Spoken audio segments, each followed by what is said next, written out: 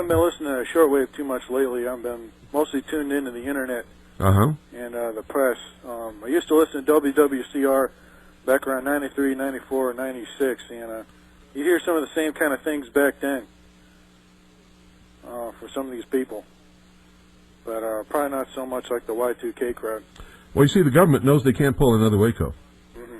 They got to try and get us to do something to justify what they want to do. Mm-hmm.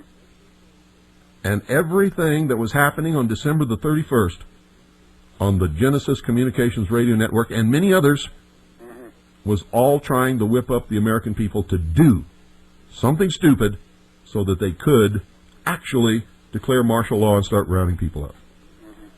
I've been making preparations for quite some time as far as food storage and weapons training and some of that kind of stuff.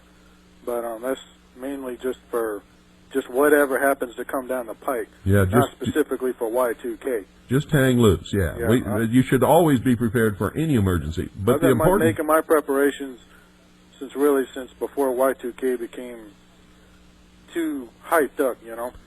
Oh, I was telling people to get prepared and stock up on 2 years of food storage and water and guns and ammunition and everything 8 years ago. Yeah, well, in fact, I've got myself a 1.5 year supply of food, so I thought that was pretty good. Yeah, well, that's great. You're going to need it one of these days. But you don't ever let anybody whip you up into making it happen.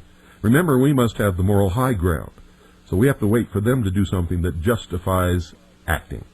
Justifies restoration by the militia of the lawful constitutional Republican government of this country.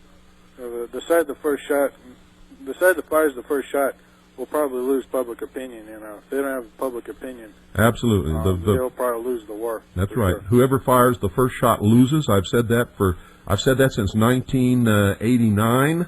I've been telling people that, and it's the truth.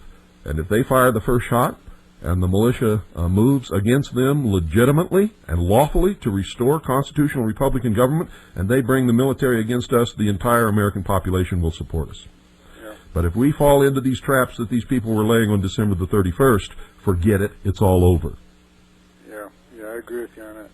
Well, I'll let you go. Okay, thanks for calling. Good evening. Bye-bye. Thank you. 520-333-4578 is the number. This is like high school, see. I just slammed the popular guy in the senior class, rightfully so, and I let you know what this guy is really doing, and you're all scared to death to get on the phone and talk about it. Just like high school. Which brings me back to something else I've always said. America's nothing but a bunch of little chicken cowards.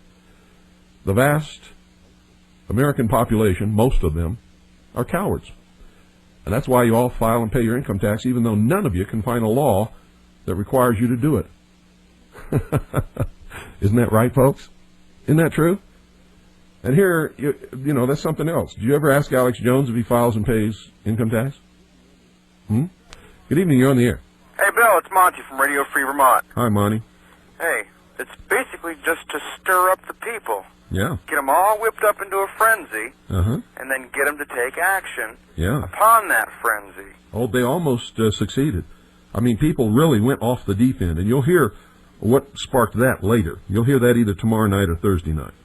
But they actually got to that point where they panicked.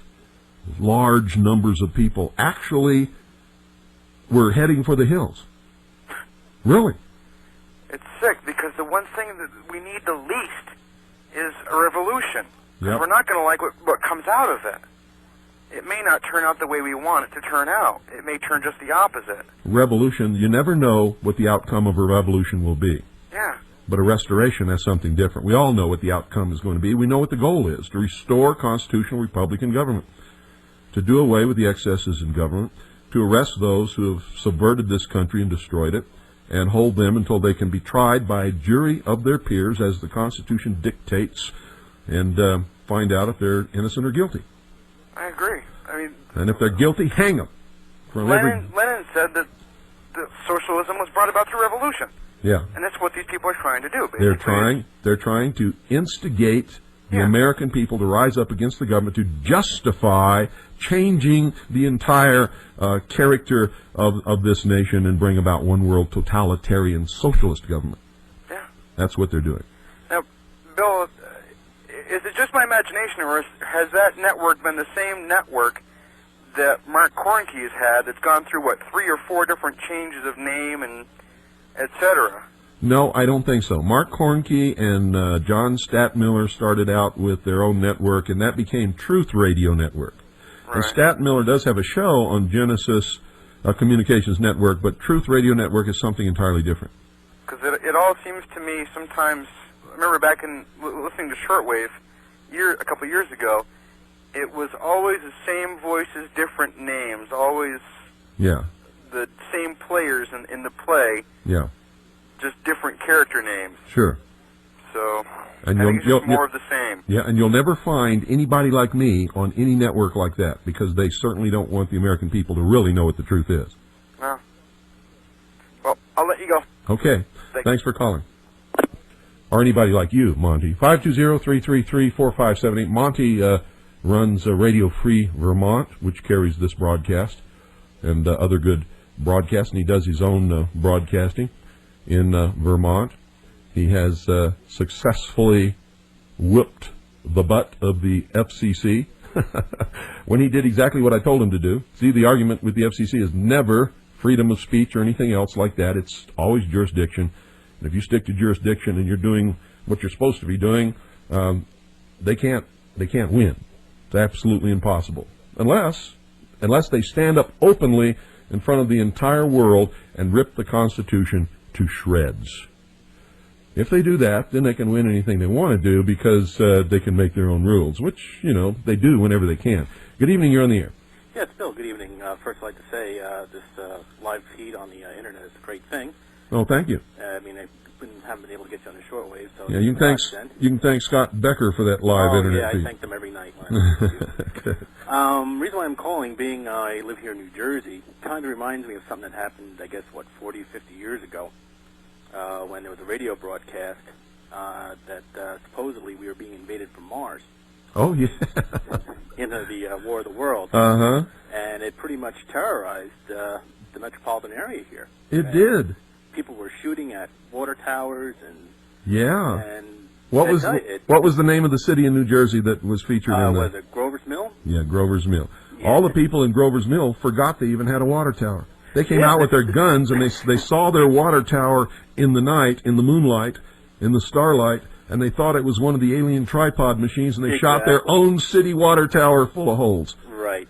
And from just listening to that 45-minute clip, it just brought me back to remember listening to that show. And it just amazed me that people just don't look out their own window to see what's actually going on. Yeah, well, I don't think they care.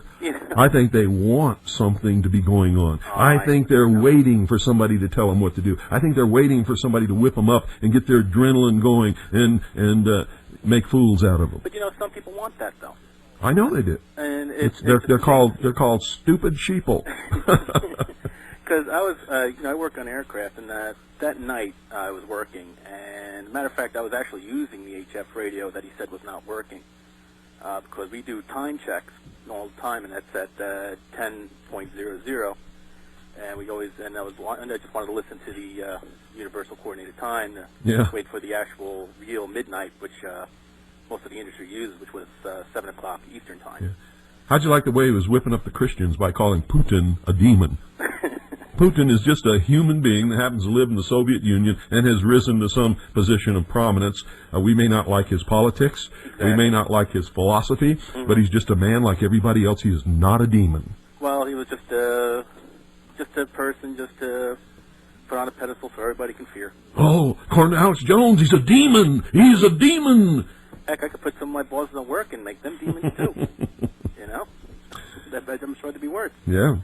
All right, Paul. I'll get off the air so somebody else will call. Thanks for calling. Thanks, bye. 520-333-4578 is the number. If you got any guts, call us up. Let us know what you think about it. If you disagree, call up and let us know what you think about it. Not too many people do that, though. They don't know how to participate in a real argument. People think that an argument is yelling at each other. An argument is two people taking opposing sides in a conversation. And why it's called an argument is because each one has to support their side with facts in a decent, polite, intelligent exchange of ideas. That's what an argument really is. Good evening. You're on the air. Hello, Bill. I'm calling from Canada. Huh. I can barely hear you here every night. The VOA is wiping you out every night here. Well, But I can just barely hear what you're saying. But I listen to Jones every day, and I don't think he's a government agent, but I don't believe most of what he says. well, good for you. You shouldn't, because most of what he says is definitely not true. He was trying to set us up for doomsday. Yeah. And, you know, one thing he always talks about every day is that there's Chinese and Russian troops all over the U.S. Have you seen any? There are no Chinese and Russian troops in the U.S. except those who are on legitimate exchange training programs.